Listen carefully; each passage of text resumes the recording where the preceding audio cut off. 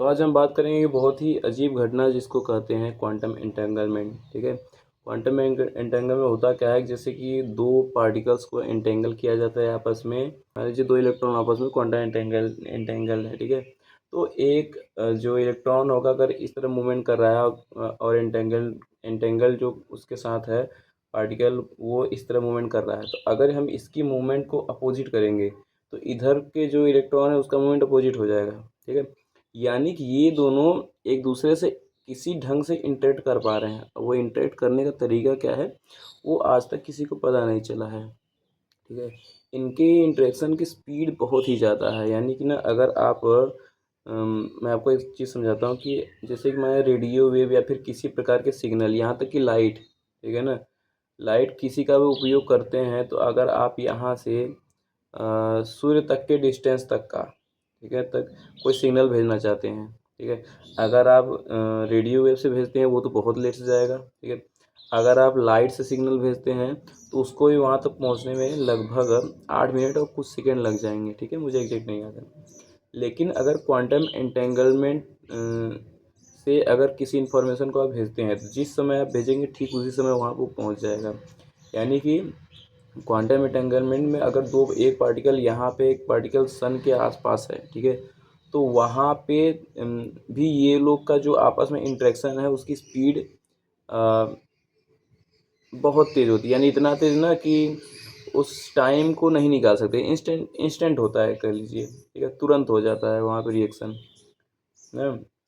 यानी कि उसकी स्पीड इतना ज़्यादा है, लाइट की स्पीड से भी ज़्यादा उसकी स्पीड है। तो इसको आइंस्टीन इसको बोले थे कि ये इसको, हाँ, इसको आइंस्टीन कर रहे थे ये स्पूकी एक्शन एटम मूवमेंट। ठीक है ना, तो इसको समझाने का प्रयास करते हैं कि होता क्या है कि असल में क्वांटम एंटेंगलमेंट जो होता है किसी दो पार्टिकल्स में, वो असल में, तो इसमें मेरा जो थॉट है, और ऐसा मेरा ही नहीं बहुत लोग भी ऐसा सोचते हैं, ठीक है, ऐसे सिमिलर सोचते हैं कि जैसे कि दो पार्टिकल एक आपस में एंटेंगल्ड हैं तो उनके बीच में कुछ ऐसा है, ठीक है ना, जो लगातार कनेक्शन बना हुआ है दूर दूर से। मेरे हिसाब से जैसे ग्रेविटी काम करती है वैसे ही क्वांटम एंटेंगलमेंट भी काम करता है। ग्रेविटी और क्वांटम एंटेंगलमेंट के बीच में कुछ रिलेशन है। मैं आपको एग्जांपल बताता हूँ कि अगर, ठीक है, मान लीजिए यूनिवर्स के एक कोने रखा है, अगला पढ़िए यूनिवर्स दूसरे कोने रखा है, तो उन दोनों के इतने डिस्टेंस होने के बावजूद भी उन दोनों के बीच में ग्रेविटेशनल फोर्स काम करती है। ठीक है, ग्रेविटेशनल फोर्स वहाँ भी काम करती हैं जहाँ पे लाइट भी फेल हो जाती है, जैसे कि ब्लैक होल हो गया। ठीक है ना, ब्लैक होल में भी ग्रेविटी काम करती है। ग्रेविटी एक ऐसी चीज़ है, ठीक है ना, ग्रेविटी कोई ऐसा पार्टिकल या फिर वो नहीं है। ठीक है, ग्रेविटी होता क्या है कि स्पेस टाइम का कर्वेचर होता है ना, उसकी वजह से ग्रेविटी जैसी घटना होती है ना। तो वैसे ही क्वांटम एंटेंगलमेंट भी कोई बीच में पार्टिकल है, जैसे ग्रेविटी के होने के लिए, ठीक है, कोई पार्टिकल या फिर कोई सिग्नल जिम्मेदार नहीं है, वैसे ही क्वांटम एंटेंगलमेंट के होने के लिए भी कोई पार्टिकल या कोई सिग्नल जिम्मेदार नहीं है ना। जैसे कि अब यहाँ जैसे दो पार्टिकल हैं यहाँ यहाँ, ठीक है ना, इनके बीच में कुछ कर्व बना हुआ है। ठीक है ना, एक कर्वेचर ऑटोमेटिक इन दोनों खींचता रहता है, ग्रेविटी की वजह, ग्रेविटी वही होता है। तो वैसे ही क्वांटम एंटेंगलमेंट भी होता है, उसमें कुछ ऐसी बेसिक और ऐसी फंडामेंटल चीज़ें हैं जो कि ये बात झूठी होने नहीं देती हैं कि लाइट से तेज़ कोई नहीं जा सकता। आप जानते हैं कि यूनिवर्स का हर एक चीज़, हर एक पार्टिकल एक दूसरे से किसी न किसी तरीके से कनेक्टेड है। ठीक है, इस पे मैंने एक वीडियो भी बनाया था पिछली बार।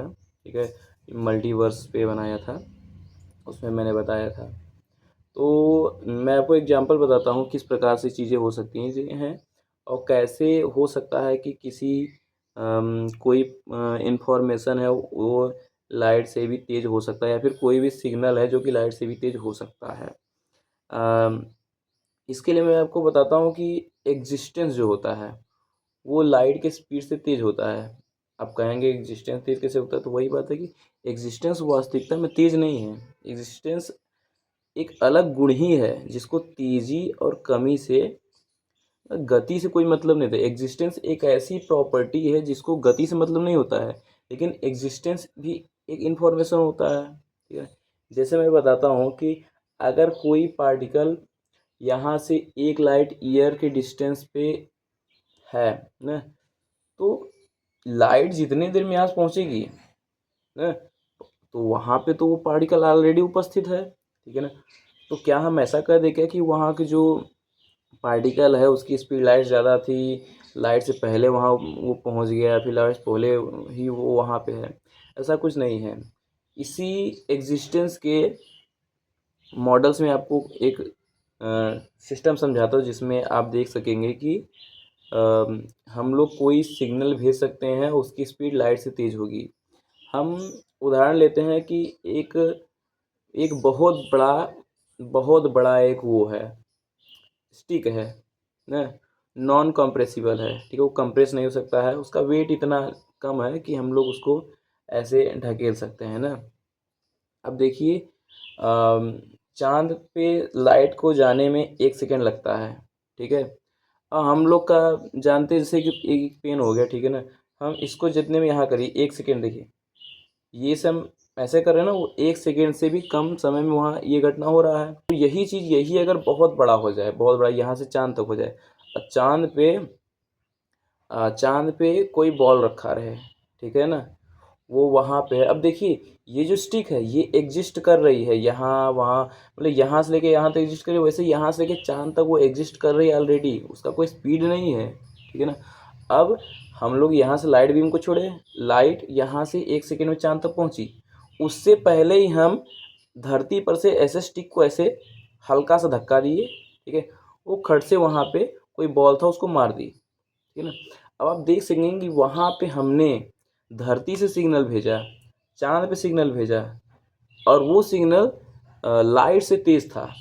तो हम ऐसे में हम ये नहीं कर सकते कि वो जो वहाँ का वो कि मेरा जो सिग्नल भेजा हुआ है उसका स्पीड लाइट तेज़ है। वास्तविकता में ये एग्जिस्टेंस है, ये यहाँ भी एग्जिस्ट कर रहा है, ये चांद तक एग्जिस्ट कर रहा है, ठीक है ना। हमने फोर्स दिया, ठीक है ना, वहाँ पे एक्शन हुआ, ठीक है ना।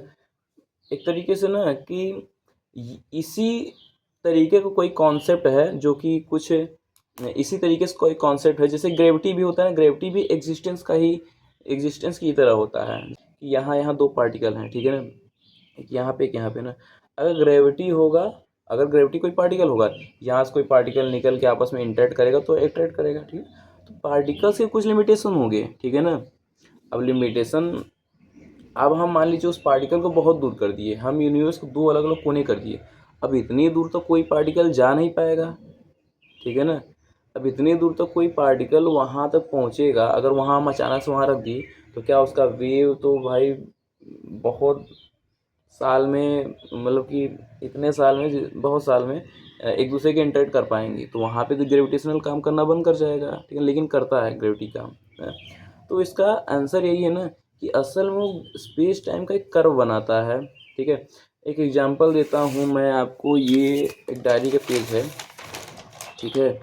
जैसे मैं बताता हूँ, अगर यहाँ से कोई सिग्नल जा रहा है तो ठीक, लेकिन अगर हम इसको यहाँ से हल्का कर्व कर दिए ना, अब ये कर्वेचर जो है ना, ये हल्का जो छोटा कर्वेचर है, ये कर्वेचर एग्जिस्ट कर रहा है यहाँ से लेके यहाँ तक पूरा, ठीक है ना। कर्वेचर में जो ये है ढाल है, ठीक है ना, ये जो ढाल है यही चीज़ ग्रेविटी बनाती है।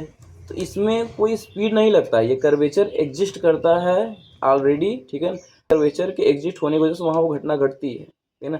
ऐसा कुछ नहीं कि ग्रेविटी पार्टिकल आ जा रहे हैं, ठीक है ना। और देखिए कि यही ब्लैक होल में होता है, ब्लैक होल में क्या है ना, लाइट जाके वहाँ पे ब्लैक होल में रुक जाती है, ठीक है ना, लेकिन वहाँ भी ग्रेविटी काम करती है। ग्रेविटी असल में स्पेस टाइम कर्वेचर है, ना कि कोई ग्रेविटी, ना कि कोई एक ऐसा सिग्नल है जो कि जाए और आए। क्योंकि देखिए, अगर ग्रेविटी कोई प्रकार का सिग्नल या फिर कोई प्रकार सिग्नल जैसा काम करता, पार्टिकल जैसा काम करता, तो वो ब्लैक होल में जाता। जब लाइट तक रुक जा रहा है फिर तो ग्रेविटी का जो जो भी पार्टिकल वो भी रुक जाएगा, ठीक, नहीं रुक पाया, लेकिन वहाँ वो रुकता नहीं, वहाँ भी वो काम करता है।